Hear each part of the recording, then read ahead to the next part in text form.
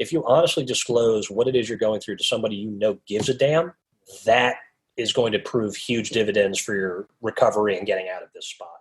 People do care.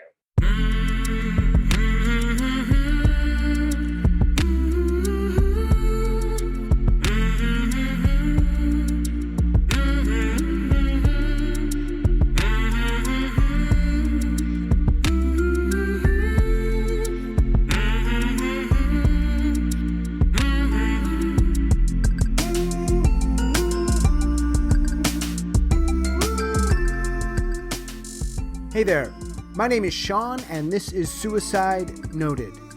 On this podcast, I talk with suicide attempt survivors so that we can hear their stories. Every year around the world, millions of people try to take their own lives and we almost never talk about it. And when we do talk about it, most of us, including me, we're not very good at it. One of my goals with this podcast is to have more conversations and hopefully better conversations with attempt survivors. As we head into October, we are now on our 22nd episode and we have been heard in 58 countries. So special thanks to everybody who has been involved. All of the attempt survivors who have been bold enough and brave enough to come on the show and speak so openly and candidly. And to all our listeners, please keep supporting us. Listen, tell folks about it, rate it, review it. All of these things really do help. And if you're a suicide attempt survivor and you'd like to share your story with us, I'd love to talk. You can reach out at hello@suicidenoted.com. One final word before you listen. We are talking about suicide, so this may not be a good fit for everyone. So please take that into account before you listen. I do hope you listen because there is so much to learn. Today I am talking with Gordon. Gordon lives in Georgia, and he is a suicide attempt survivor. Hey, Gordon. Hey, Sean, how are you? Hey, Gordon. How you doing? Doing well. How about yourself?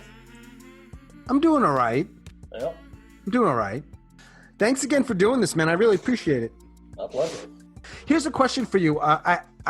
You had reached out to me, right? Uh-huh.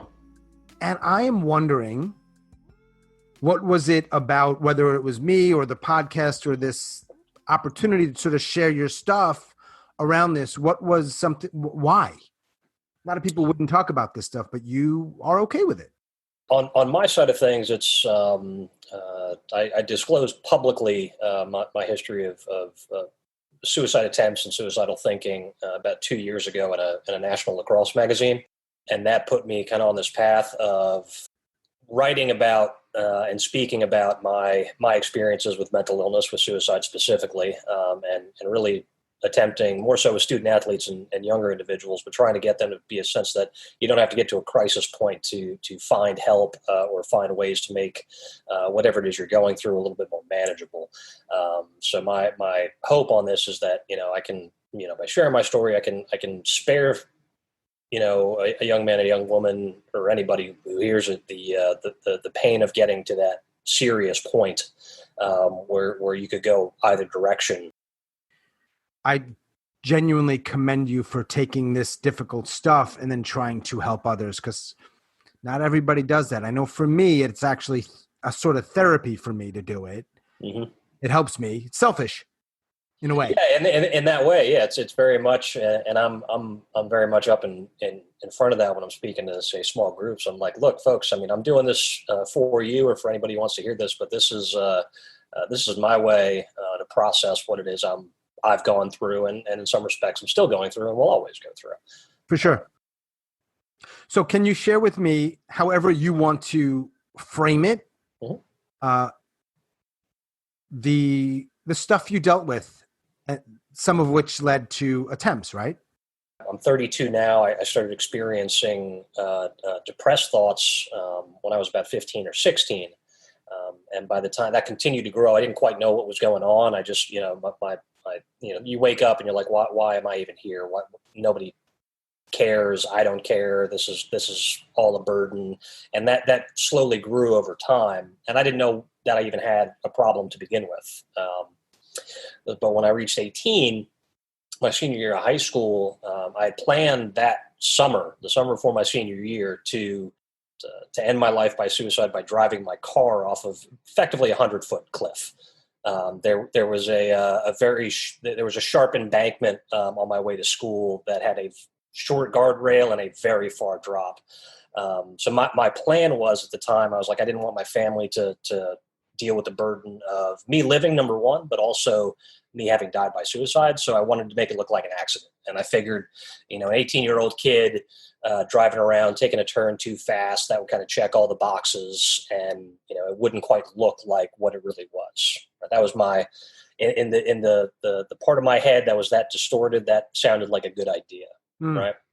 But I planned that out the summer before my senior year, and really my thought was I was just going to wait for a moment that would tell me that all of my thoughts that I had been experiencing were accurate, and to give me kind of the push to attempt this. So I was an athlete. I played lacrosse, maybe March or April of this would be 2006. I got beat in practice by a man named Ben now, who's one of my best friends. He beat me on a dodge that just totally broke my ankles. I looked absurd, and I was furious with myself, right? Because I don't tend to get beat that badly. But in that moment, I was just like, oh, if I can't even just, if I'm getting beat this badly on the lacrosse field where I'm reasonably good, that was the moment for me that I'm like, all right, I'm going to do this. And so finished up practice, walked down to the parking lot, and I just sat on my back bumper for like an hour, just 1,000-yard stare, letting the parking lot clear out. And if it weren't for, funnily enough, Ben noticing me in the parking lot, this, one of the few cars still there, he came over to me and he was like, hey, what's going on? And I didn't say a word. I was so in my head of just like, I've got this 10-minute drive to where I'm going to do this thing, and I'm just kind of allowing that process to happen. And he kind of realized something was up, and he asked me, how can I help? And I told him what it was I was thinking, and he got me through the next couple of hours, distracted me, we helped a friend move, and convinced me that he was like, hey, call me when you get home. I did, and he was just like, let's go to the therapist's office tomorrow at the school, and he got me through my first acute suicidal experience. At 18 years old, when I didn't quite know what the hell was going on. So that was number one.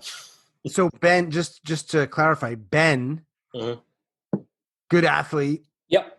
17, 18 years old. Yep. Helped you not die. Yeah. Yeah. And good for him and you. Yeah. No, seriously, because I wouldn't, in a weird way, I would not think that he would be like the ideal person to talk you through it, but that just goes to show you don't know. Well, I didn't know for a long time, and for a while when I explained the story, mainly to my therapists before I had gone public with this, was he was just kind of in tune with like, hey, something's not quite right here, and was just being a good friend, a good human being, right? And I can appreciate that. I learned years after the fact, this was 2 years ago, I'm speaking to my old high school, Pace Academy, down in Buckhead, Georgia, and we had spoken. I spoke to the upper school, gave them some tips for dealing with stress and negative thinking. But then we had a luncheon with some of the teachers, and Ben was there, and they got to ask me some more specific questions, things that they could recognize, how, some from students' behavior, if they were concerned, what they could do. And Ben disclosed something I never knew, is that he was part of the peer leadership group at Pace when we were seniors. And like 2 weeks before our conversation in that parking lot, they had a suicide prevention discussion. They brought somebody in, and so me thinking for years that he actually was following best practices for how to get somebody out of a crisis. And so, looking back on that, I'm just like, that shows the effectiveness of the recommendations that the experts have put through. So I'm very much indebted to Ben for getting me through that, but also for this nameless person, whoever did the suicide prevention for that group of Pace seniors back in 06. Yeah. You're 18 years old. Ben helps you out. You get through it, but I'm going to imagine, and if I ever am off here, you'll let me know. I don't want to ever put words in your mouth, but you're not like in the clear and everything doesn't sound like it was just rosy and golden moving forward. No, it wasn't. It was kind of a temporary stability. That got me through the end of that year, and then I'm going into college. I was recruited to play D3 ball at a small school called Presbyterian College in South Carolina.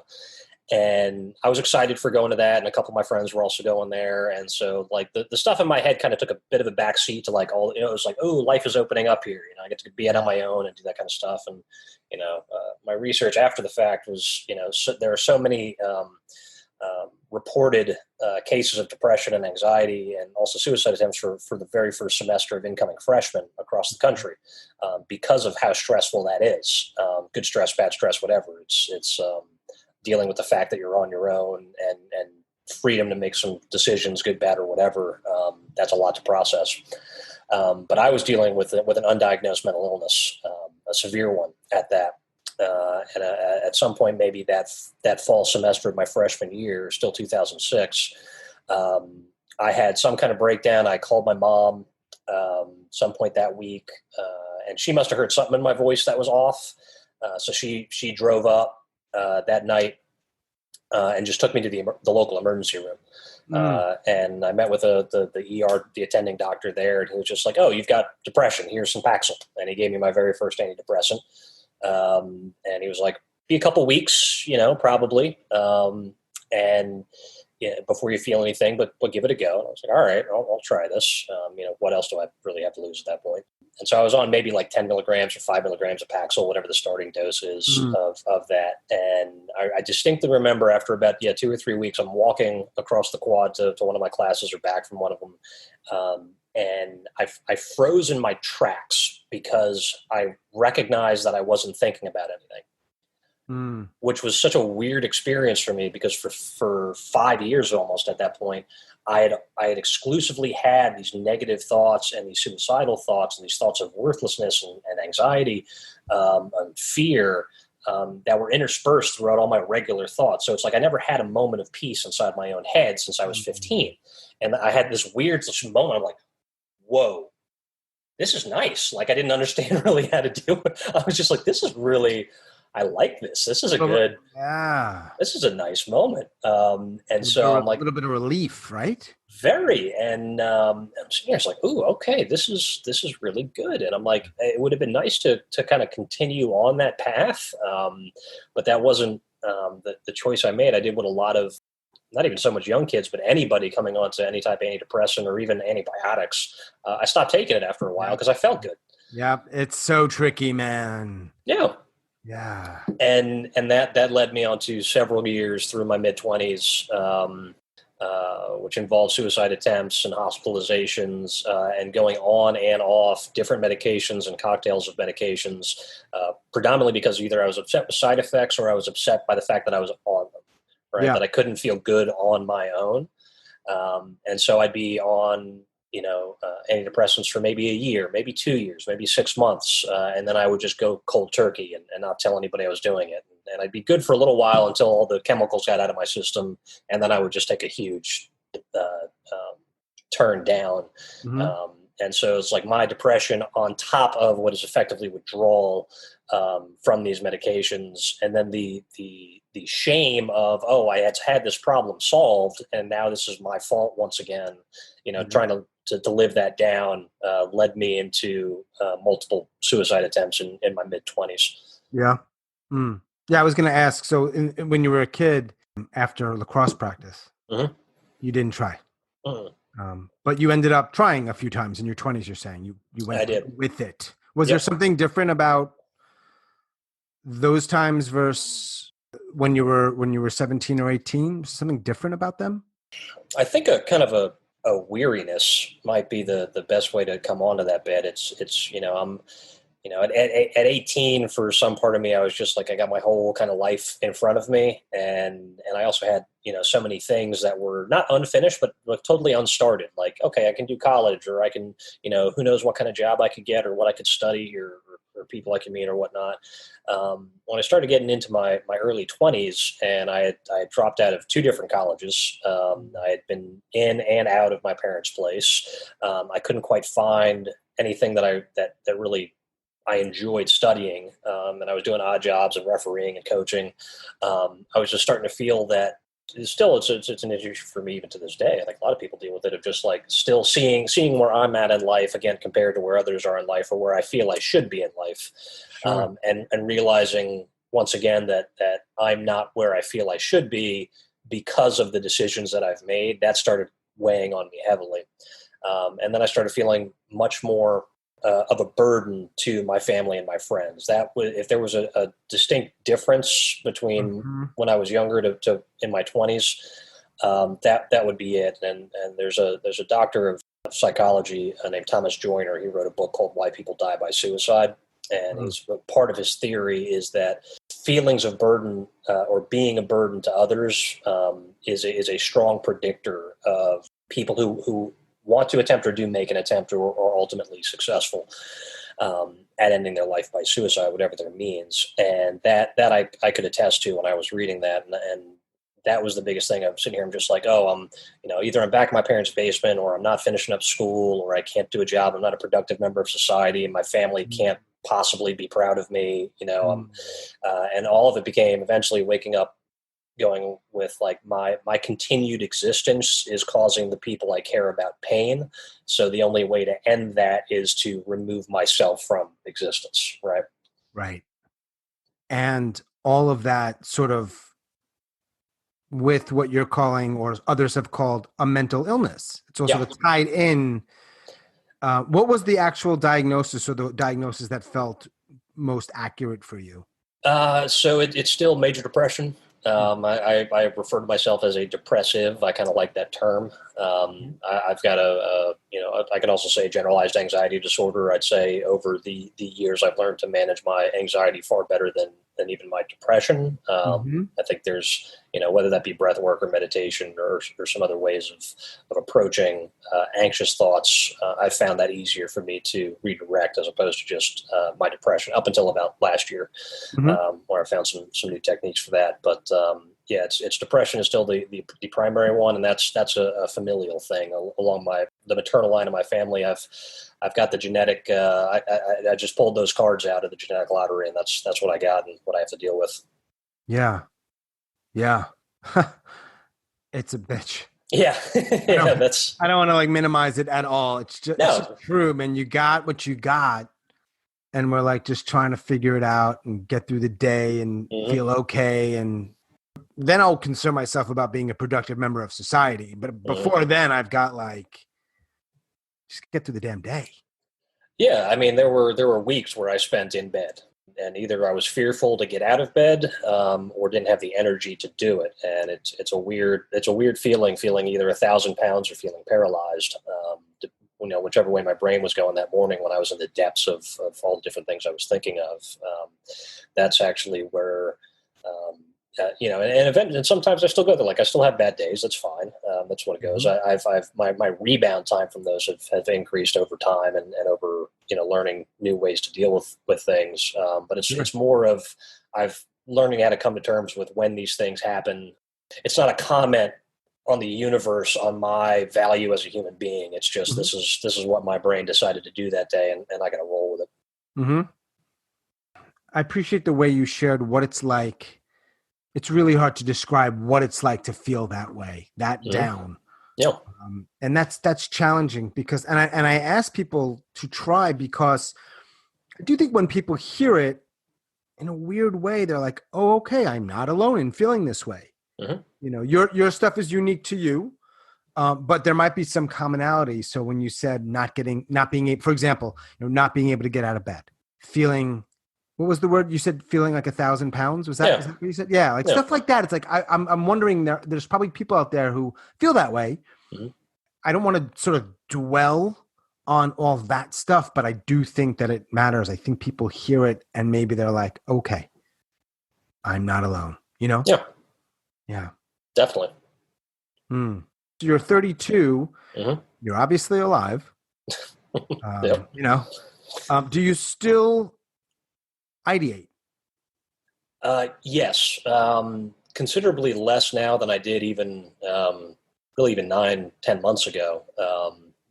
So I said this, and I've, one of my, because I've gotten very good at therapy and discussions with therapists and psychiatrists. So they're like, give me your history and I can roll it out. But one of the things I always disclose to them, because they're like, from a safety standpoint, they're like, I've tried to hang myself, overdose, suicide by handgun. So I've tried these different methods of increasing levels of lethality. And so my treatment team, whoever that may be, always has to take those things seriously. And they're like, so do you still have suicidal thoughts, as you just asked them? And my go-to answer, the true answer, was always, I have a suicidal thought every day. And as far as I can tell, I've had that since I was 18, right? So from 18 to 32, that's been the case. It might be something very specific. It might be something very general. It might be just a wish not to live anymore. But that was always something that was in my brain that I never felt I had much control of and that I had to deal with. And then I had a breakdown this past October after moving back home from Baltimore. And I went to Emory, their psychiatric facility there is Emory Wesley Woods, and the treatment team there, having seen my history of the different medications that had worked, hadn't worked, like we'd really recommend electroconvulsive therapy. And I was, it's interesting. Number one, being in my sixth hospitalization at that point, over the years, and going like, I know my own brain better than a room full of doctors and nurses going, when they were like, we recommend ECT, I told them all to F off. Yeah. Like in the room, I'm just like, no, screw you guys. And they're like, we think this is actually going to be very valuable to you. And I'm like, no, it's like, I know the ins and outs of this treatment. I know my own brain. Nothing really has really worked for me. So screw you guys. And then 2 days later, I was like, well, they're going to put me to sleep. And I can't sleep right now. So I might as well give it a go. Like at the very least, they're going to give me some good drugs and I can enjoy that moment. So that was my rationale. It'll pass the time. But it actually wound up being tremendously effective. And ECT helped you massively so. And so I'm very much a convert to that procedure, and the way in which it was done at Emory. After about 10 or 11 sessions, I could, if suicidal thoughts for the majority of my life had been kind of right in front of my face and I had to actively work to move them away, the ECT, I could see it treatment after treatment, giving distance, pushing those thoughts more to the periphery of my mind. So now I wouldn't say it's like even the frequency of them have diminished since I got that treatment last November and December. They're further away, they're less intense, and they are much easier for me to dismiss when they do show up. So I'm very much if it's got an 80% success rate, that treatment with people. Right. And I was fortunate to be in that group of folks where it's pretty damn effective. It's one of those where folks ask me about that. And just like, for me personally, what I'm dealing with, I'm like, it was like that first moment I had when I first got on antidepressants, where it's just like, it got all this stuff out specific to my suicidal tendencies. And it's made that something where I don't have to expend so much energy to deal with that on a day-to-day basis. Right. And that was how long ago? That was this past November and December. Yeah. Yeah. And does ECT tend to be something that will be forever? It depends on the individual. The doctor that I was working with, he said in particular that I had very robust seizures while I was under, which was a good sign that this was going to last for a while. He said in the event that it was like, if you, and my psychiatrist advocated for this as well, he's like, if you get yourself into a seriously deep depression in the future, and I've got Emory's information saved on my phone, they're like, give them a call and we'll basically juice you up again. Right. And typically like 1 or 2, maybe 3 sessions after the fact, having had 12 or so of them before, it gets you back to your baseline much more rapidly than the initial set of treatments. So it's like, if I need that in the future, it's available to me, as what I like to call like bringing out the big guns, so to speak. Yeah. I mean, hey, if you need the big guns, you get the big guns, right? Exactly. So knowing I have that in my backyard pretty much is helpful to me. But yeah, it's from going from like hey, I don't think this is ever going to work to to having to be like this has been tremendously effective for me. I advocate for that if folks are not feeling great about their current treatment plans or whatnot on medication or whatever else they may be trying. Right, like you said, you're a convert for understandable reasons, right? I mean, you feel better. really rather definitely. simple, isn't it? You feel Hmm. better, and that seems to be the reason why. Yeah, I mean, I can trace it back to that. That gave me the space to finish a 90-day treatment protocol at a place called Skyland Trail in Georgia, which allowed me to rebuild and reinforce the skills I'd picked up over the last 10 or so years, and develop some new skills, which I'm continuing to use to this day. Awesome. I have a really hard question, Go for maybe even unfair. it. All But right. here's the question: is if I were to ask you, I'm going to ask you. I'm trying to frame it right. Like, I don't want to simplify it, but can you answer the question? Why did you try several times to end your life? The why question, which some people don't like being asked. So I get that. Is it something you can boil down to, for example, why depression, Mhm. or is it a larger, longer answer? No, it's I get the thrust of where you're going with Yeah. that, and it's twofold. Looking at my history, number one, I have major depression, and Yeah. that manifests with some pretty severe suicidal thinking, right? So that's the bedrock foundation there. Number two, looking at my attempt history, um, where I actually got to the point where I'm standing on the stool with the belt around my neck, right? Like with gun in mouth, having taken medication, whatever, right? Like Ah, not like I'm thinking about it and somebody has time to come and intervene. Um, that was due to cold turkeying my medication, right? okay. So combining the two of those things, there was a direct result of having done that. It was 2 or 3 months later that I was in a hole mentally, and the shame of being in there again for my own decisions that added on to the depressed feelings on that, the withdrawal feelings there, and then the shame added on to it, where I'm just like, I can't tell my parents again that I'm feeling this way. I can't tell my therapist again that I'm feeling this way.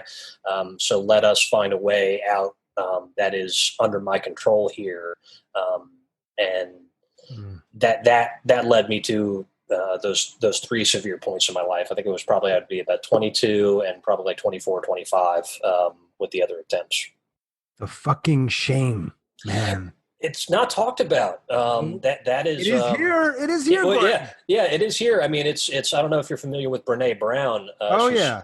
She's one of my favorite speakers, and is an advocate for talking about shame. But there's a distinct corrosive effect with shame Oh, and the perception of it, especially when it's coupled with people that you care about and like you're the cause of that, or you feel mm, that it adds a whole another level, at least for me, of weight to what I'm already carrying. mhm. And then on top of that, the psychological side of that is that this needs to be hidden away from other people. So it's not even so much the social stigma of mental illness and depression. It's the in my mind, the logical effect of experiencing shame is you want to hide that shit. Yep. So Yeah. it's to come out of that on your own, is tremendously difficult. My problem is that, with all modesty, I'm a smart guy, Hmm. and so I researched suicide. I looked for the more effective means of doing this, but then I also read people who was just like, oh, I was caught in the act. I was like, I wasn't going to have that happen to me. So I had a whole other Right. degree of lethality that was added onto this, where I specifically planned out ways in which I was going to be alone. Yeah. And that's an even worse place to be in when there's no chance of rescue outside of yourself. Man. It's rough. Yeah. One of the things that popped into my head when you were saying what you said earlier and just now was like you weren't impulsive. No, no, I plan everything out in my life, but Right. especially this, I was like, if I was I remember my thought process on that, because I can always kind of step back out of my mind and try to, even though it's illogical trying to end my life, I could see all the steps going back to that. And I was like, if I'm going to do this, if this is going to be my last action on this earth, I'm going to do it as right as I possibly could. Like that was my mentality of that bit, Yeah. and that led me into some pretty dangerous situations. So I know that your last stay at the hospital, you got the ECT and it's been somewhat helpful or more than Very, somewhat yeah. helpful. I'm always curious about people's care, right? Whether it's in a hospital, different types of facility, outside of the ECT, which is obviously a huge part of all this. Was it helpful? The stays in the hospital? Was it a place not to die? Was it helpful? What was that like for you? So I think it's important. I've spoken with a lot of parents of young individuals who are concerned, and they've been like, "Hey, what's the hospital like? Should we get our son or daughter, there?" I even wrote a whole series on my blog about my different stays in the hospital, my first stay in the hospital, all the weird fears, and trying to understand what it's like. After 6 times, I kind of knew the Right. the feeling of it. You are now an expert, right? Whether you want to be or not. I've been 6 times in 3 different facilities in 2 different states, so I've got a good feeling for kind of what is, in my mind, effective treatment versus not. And I've had, I'd say, a fair experience of the spectrum of what it can be. Emory was certainly the best facility that I had been in. I think you can definitely tell the nurses and the doctors and even the janitors who will work there, the folks who care about people in a mental health crisis or an addiction recovery crisis, psychosis, whatever, who do care about you as an individual person versus just a person with problems, and they got to deal with whatever it is you're dealing with. You can absolutely tell. Yeah. 100%. Even when you're in the midst of that, you can tell the people who give a damn. Yep. And that was certainly my experience at Emory, which I was fortunate about. I actually talked about that. You get to know some of the people on the ward, and we talk, because the only thing to talk about is our experiences in the system, right? Yeah. And we're actually kind of like, the food's actually not bad, and the people are actually pretty nice. I just wish I could leave, right? As opposed to, some of the other spots I've been in or individuals I've met. But that's the I think the important thing, and I tell it to parents as well, is the hospital is not a place where you're going to get healed. Mm-hmm. You are going to get stable. Mm-hmm. That's the point of the psychiatric ward. There is I my shortest stay was 3 days. My longest stay was 2 weeks. You are there to whether you're detoxing. Whether you're getting settled from psychosis, whether you're coming down from mania, whether like me, you're coming off of a suicide attempt, you are there to get stable. That is the purpose of the hospital. The treatments after that are widely varied, again, depending on where you are and what you have access to. Right. Those are your partial hospitalizations. Those are your intensive outpatient. Those are your, living in a group home, going to group therapy, which I've done as well. Mm-hmm. There's a whole range of things there. But my key thing when I'm talking with folks about hospitalizations is just like, they're there to keep you alive. That's it. Right. And to give you enough runway mentally to get additional treatment. So I try to explain to folks, just like, you're not coming out of the hospital feeling on top of the world. I can't imagine anybody ever has. Right. Yeah, no, that makes total sense. It's been I've had 2 week-long hospital stays. Absolute my experience. Not very pleasant experiences. No, I would change a lot if I could. And I was at good facilities, and I mean, I had my faculties. I wasn't in some space where I didn't know what was going on, and I kept thinking, this is not really helping me. But you're right, and it's worth noting, it was a place to get a little more stable and figure some stuff out and just chill. Yeah. And so for that purpose, it worked. It did help. Yeah, and framing it in that perspective, and the things I've tried to explain to folks is just like, just because you've gone to the hospital doesn't mean your life is over. And it's just very odd that perception for a mental health diagnosis or treatment versus you're going in because you got acute appendicitis. Right. Like those two things are you're going to the hospital for a medical emergency when you get down to it. But one has a distinctly unpleasant social connotation versus the other. Yep. That's a tough barrier to get across to people. And I'm just like, no, they're equivalent. The only difference being is that, when you get sewn up for your, getting your appendix removed, you can walk out after a couple of days and resume your normal life. When you do that for a mental health concern, you've got some additional work that needs to be done to get you wherever it is you may want to be going. Stigma and shame. Yep. Yeah. Stigma and shame. Mm-hmm. It's How did people in your life, particularly after the attempts, how did they respond? Family, friends, whomever in ways that were both for you helpful and not helpful? Well, the only folks that knew about my attempts at all were my girlfriend at the time, probably her parents, although I didn't know for sure, and then my mother, father, and my younger sister. Okay. Those were the only folks until I went public with this, with, my story. Those are the only folks that knew. Um, and then when I went public with my story, I had a whole bunch of like old college buddies and teammates being like, "Oh, that makes a lot of sense for Right. what, because for why you just dropped off the earth on a couple of." They were like, "Oh, okay, that had, we were missing some numbers in those equations that Mm. that filled in with." But it was just my family, and I'll give them credit. In the beginning, we were collectively stumbling. We're a close knit group. We ran a family business for years as a youth lacrosse league, and we know each other very, very well. The same idiosyncrasies that any other family will have, and, Mhm, and mhm. challenges there. But it could have gone two different ways. This could have fractured the family, or it could have brought us closer together. And unfortunately, it's the latter. Oh, Not to good. say that wasn't an easy process. I mean, my mother and my sister as well deal with my sister more anxiety, my mother more depression. Mhm. So we could talk on that front. My father, does not. And he's admitted to me, he's like, I've never had a depressed thought in my life, Mhm. and that doesn't even compute in my head. Right, Right. right, So, right. and I, Where's the common ground? It's tricky. right.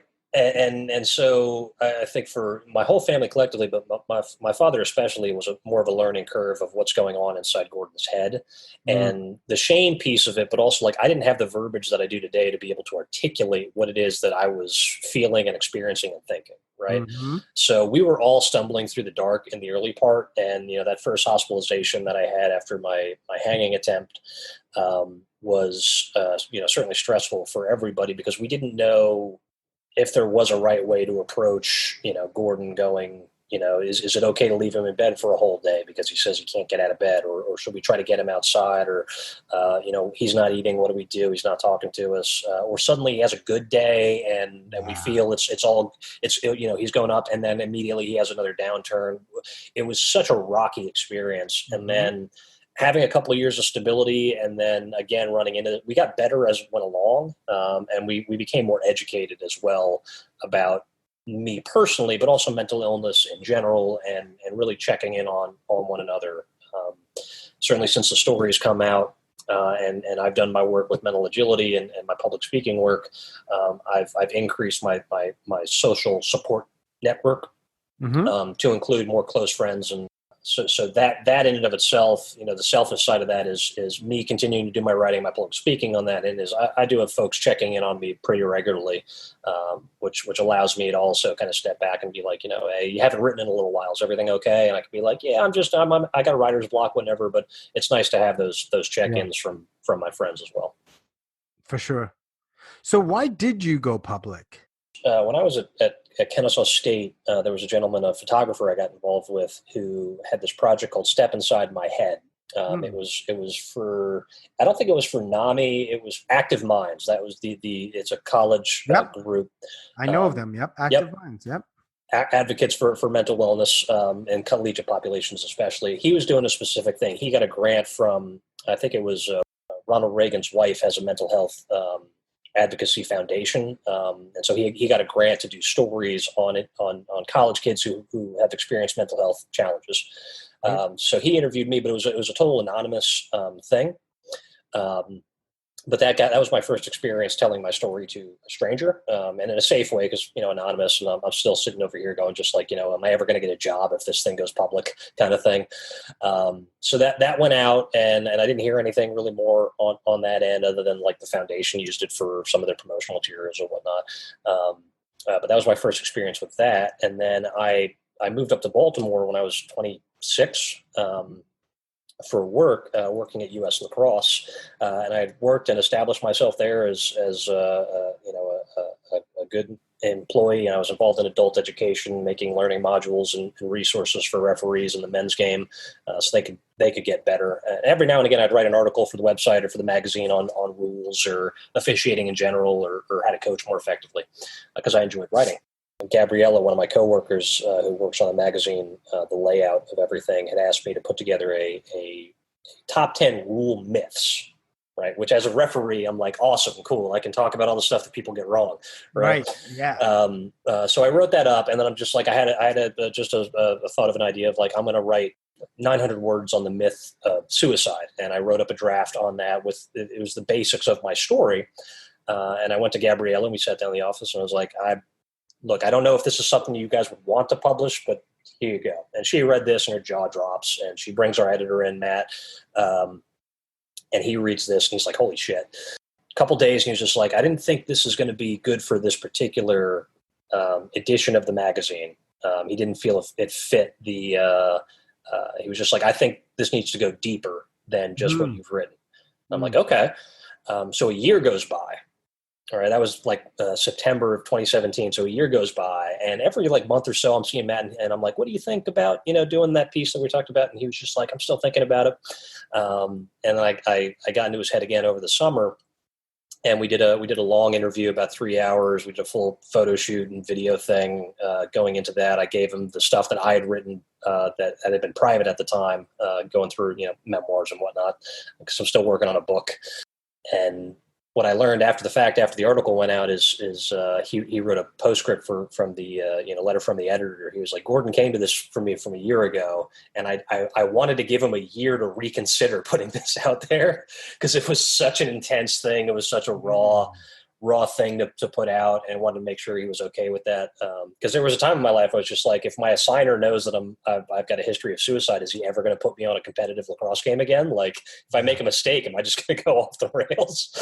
So, but really part of it was just like, I felt safe at US Lacrosse. I knew Lacrosse Magazine would take care of my story in a responsible way. And Matt gave me the opportunity to also write in it. So it was a mix of what I had written, his take from the interview that we did.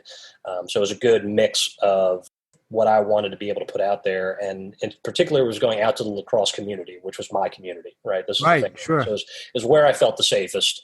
And when that went out in September 2018, that generated just, a boatload of press, number one, a lot of thankful emails, number two, and then a boatload of people reaching out to me. And I was just like, this could be something where I can continue, the fight, so to speak. And I can continue doing what I'm doing. So that's long term. I hope to make, suicide prevention advocacy and mental wellness overall, my mental agility, my full-time job, if I can turn it into that. But for right now, it's a way for me to express that, just because you've attempted suicide or you have these thoughts or whatever your mental health diagnosis or not diagnosis, whatever it is, doesn't have to be just because you've done this thing, that doesn't mean you have an end point in your life. There's more to come if you want to go down that route. Hell yeah, you can make it your job. I've dabbled with that. It's not necessarily a smooth, easy path for most people. No. I know that. But man, it's a hell of a goal. And I know you've done, I'm going to ask you about the speaking in a second. I'm really curious to know about what that looks like and how people respond when you're speaking to them. But you did bring up something that was on my short list here. Myths. Yeah. So can you remember, you don't necessarily have to remember that article, but yeah, what are some myths that you're like, nope, you're wrong, not true, bullshit? It's a mix of things I've experienced personally and then my ongoing research. So my shtick when I'm speaking to athletes is I don't care if you have a mental illness or not. We all have thoughts we don't particularly like, right? That's just kind of where the brain goes. We tend toward negativity as a species. That's kept us alive from an evolutionary perspective. So we have to deal with that, right?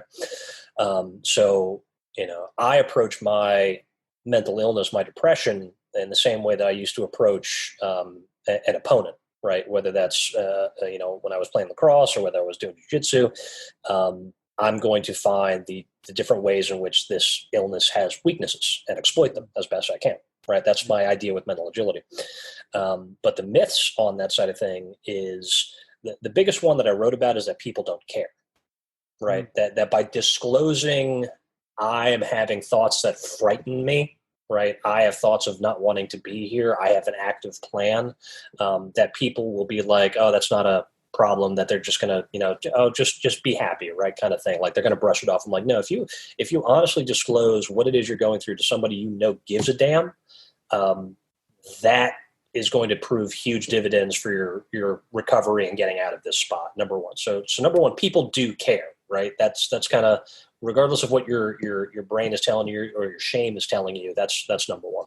The second thing, and this comes from my work in suicide prevention with the American Foundation for Suicide Prevention, being one of their field advocates, and the research I've done, is that asking explicit questions about suicide will lead somebody to, it will give them the idea to commit suicide, right? I still hate using that phrase, but that's the thought process for the majority of people. So the idea of like, hey, are you having thoughts of harming yourself or ending your life, right? That's going to give somebody the idea to go jump off a bridge or hang themselves or whatever. Not the case. Not the case. I draw a straight line between that perspective and the idea that teaching teenagers about safe sex is going to lead them to have more sex. No, you're not introducing anything that they don't already know about. Exactly. We live in the age of information. So while I don't spend a lot of time with people on the sort of method, though I have sometimes, people know that stuff. Yeah. So I appreciate you pointing that out. You are not going to give somebody an idea if you ask them if they're considering it, period. Yeah. And that's where, from my experience, I know I'm a good BSer, right? When I need to be, especially when I'm in that space. I don't necessarily want to lie, but I also don't want to tell the entire truth, right? That's part of the illness, part of the dealing with the shame there. So if somebody asked me, it's just like, so, hey, are you feeling down? I'll be like, no, I feel all right. And it's just like, are you thinking about, hurting yourself? I can be like, not really. I'm just having a down day. But when you specifically ask me, are you thinking about killing yourself? That leaves me no room to evade that question. There is a yes or a no there, and a non-answer is an answer as well. So that's something where I tell folks, I'm just like, if you are that concerned about somebody, you need to be explicit with that. And that's what, NAMI, AFSP, all these organizations that are there for suicide prevention, that is what they recommend for crisis intervention when you get to that point. If you're that concerned, is ask explicit questions and don't get judgmental, right? Ask explicit questions, don't get judgmental, allow the person to speak, allow them to say whatever it is they need to say. And then, like my friend Ben did, years and years ago, is advocate for getting them help. Like, hey, can I drive you to your therapist? Would you like to go to the hospital? Can I stay with you? Right. That's the biggest thing in suicide prevention that I've found is in that crisis moment, if you can provide space, time, you can tend to get that person distracted enough that their logical faculties can kick in. Their fight or flight when they're in that moment is pretty high. So if you can give them space, you give them time to lessen that initial stress or that moment of stress, and allows them to, okay, I'm not going to, I'm still having these thoughts, but I might not do it right now or this moment. You give them time to start processing what it is they're actually thinking. And that increases the likelihood that you can get that individual treatment. Yeah, for sure. By the way, your response when you said sometimes you're a smart guy, but you BS a little bit about if someone says, how you doing? And you can kind of have wiggle room there. When you said that, though, you said it's due to the illness, but I don't really want to push back, but I think it also has to do with a logical response to people stigmatizing and shaming. It's one of those of whether this is an urban myth or something that I just picked up over the years is the most common lie across the board when people are asked how you doing is I'm fine, right?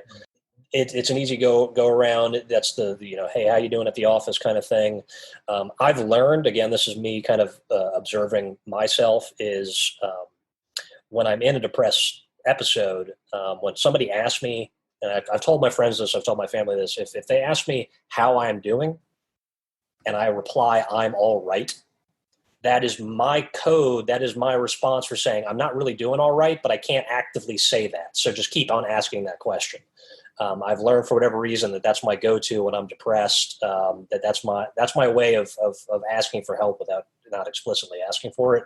Yeah, it's my tell, so to speak, on that end. But yeah, I do think you're right on that. It's just the shame behind that. Again, it's cultural, and again, it's personal. Of we don't want to give people bad news, and we generally want to present the best of ourselves, and even when we're not feeling the best of ourselves, that is a challenge to get across, and one of the reasons why I continue to share my story. But it's also why, for me personally, I've had to build in fail safes in my day to day, where if I give an evasive answer to somebody of "Are you doing okay?" that they have permission to continue to ask me that question.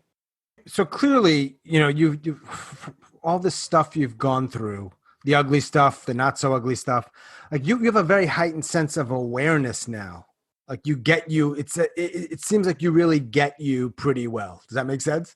I think it's my conversations with other depressives is I think anybody really with any kind of mental illness tends to be maybe a bit more introspective than the average individual.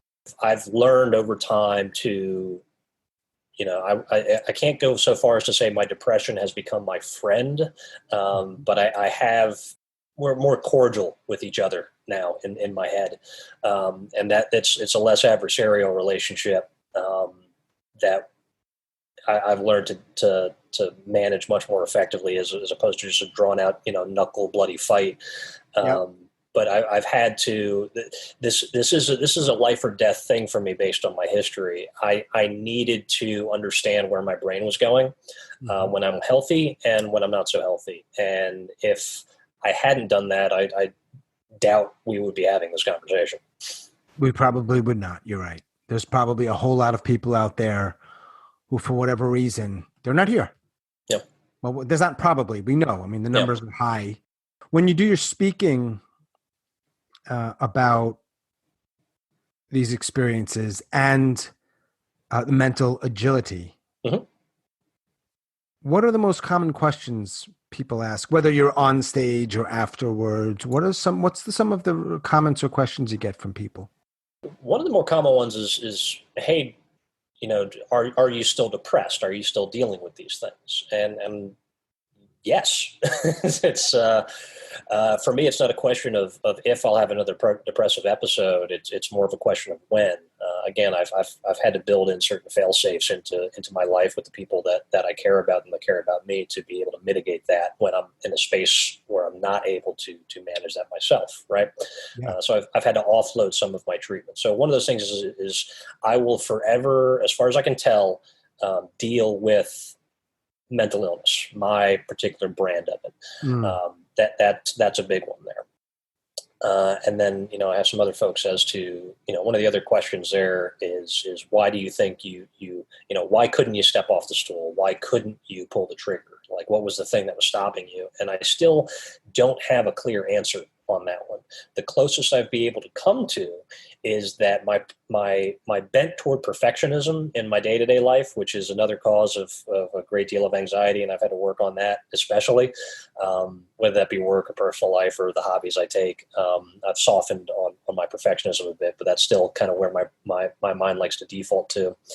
Is I couldn't guarantee that my action to end my life, however I chose to do it, was going to be successful. So I knew logically I didn't have 100% stake on that. So the closest I can come to an explanation of that question is that my perfectionism, while leading me in certain ways to, attempt suicide, also was the last barrier to keep me from doing it, because I couldn't be certain that I wasn't going to just radically hurt myself and then my life would be considerably worse going forward. Right. I couldn't have that. I had done too much research to see folks who had, and I still hate that bit of failed to attempt suicide. I've written about that. I hate that bit of just like, by failing, you continue to stay alive. Like that. I don't like. Yes. I say I succeed by living. I don't suck at suicide. But language matters. The language matters. Yeah. Also telling of what we think about things. Yeah. Yeah. So how we use commit and succeed and fail matters. Do you think that you will try again? I'd like to say no. My history doesn't permit me to answer in that fashion. However, so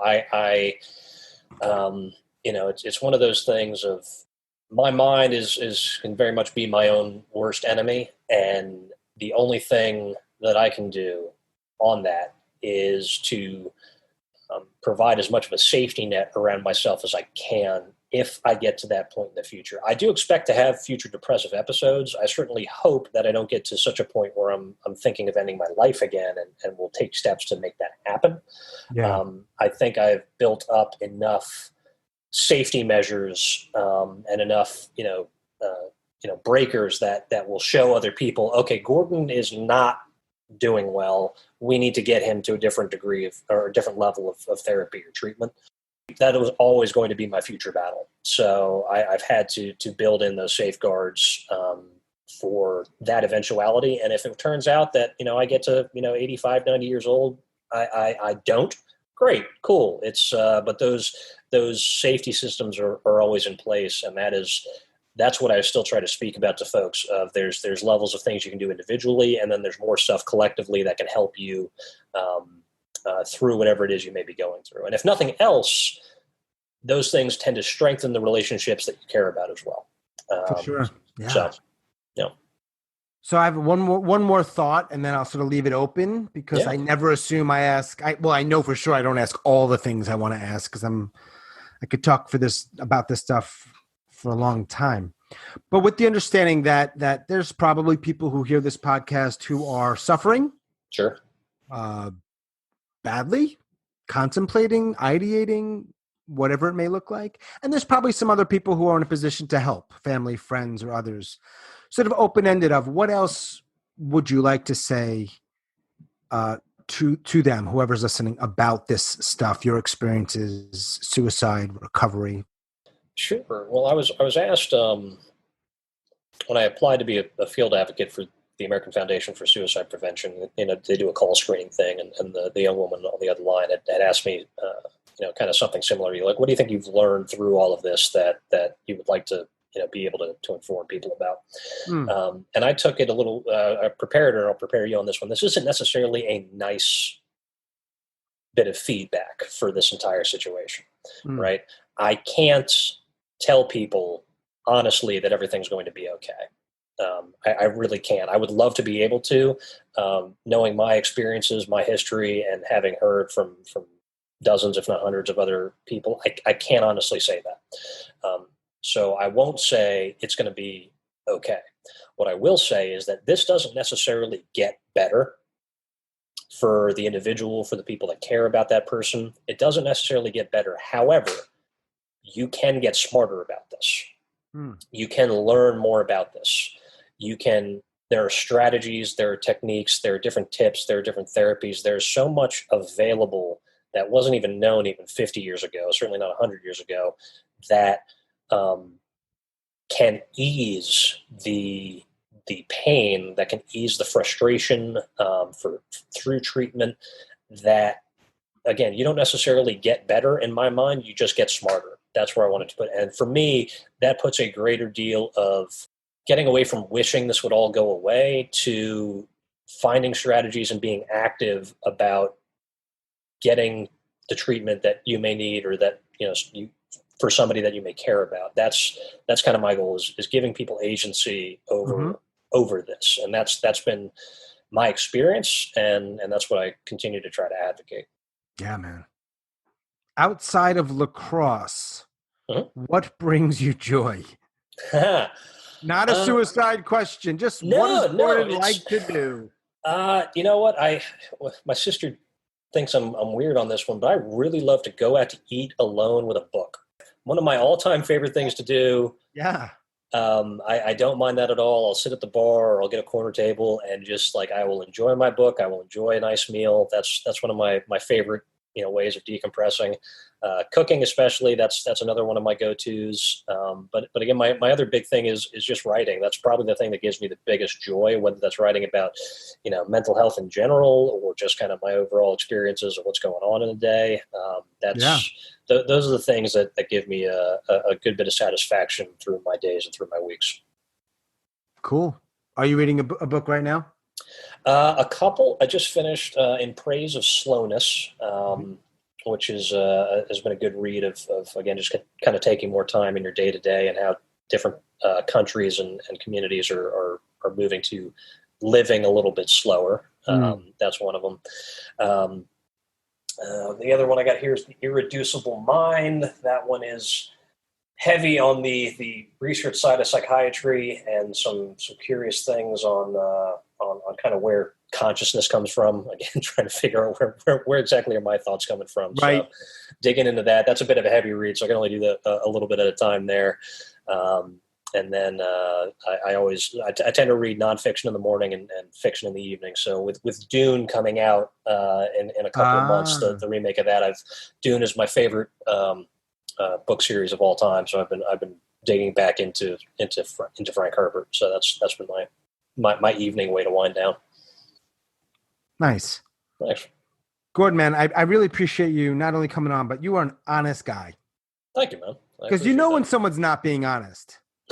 Well, I mean, maybe I don't. Maybe I'm foolish. And I've been blessed for not only being people coming on here, but everyone they're just honest and they're keeping it real. And I really think that people hear this. Maybe I'm wrong here, but I do think that this helps, man.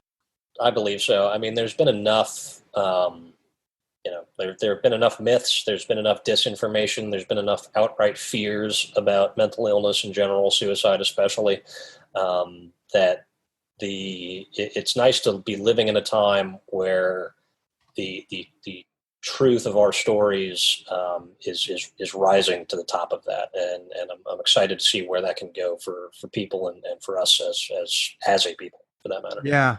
And I think that what you shared about your life and your experiences is super valuable, but I think the fact that you shared it is just as valuable.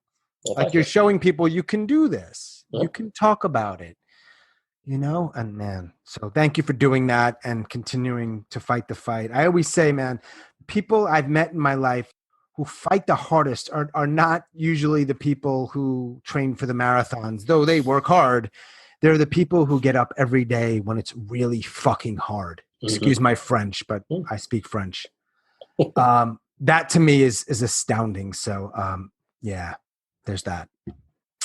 I'm with you there. I appreciate it again, man. I really do. And I hope that when are you taking off to school? Just under 2 weeks. Yeah. Awesome. How long is that program?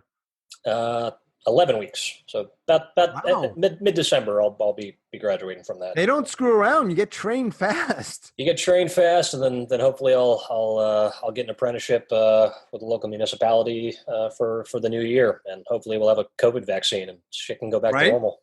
Hey man, we can hope. We can hope. You know what? I didn't even ask you about that, but it's okay. I mean, the whole COVID thing's just a whole nother conversation I could have for hours, and how I'm with you there. Mental health. And I was just talking to my therapist today. I had an appointment with him earlier, and he was like, there's just numbers that they're just starting to get in about people who are dealing with addiction and mental health issues. And it's not surprising that it is up mostly. Yeah. So let us get back to our days. Thanks again. And I will follow up with you very, very soon. Sounds great, Sean. All right, Enjoy chatting with you. We'll talk later. Thanks, man. Take care. See you. Bye.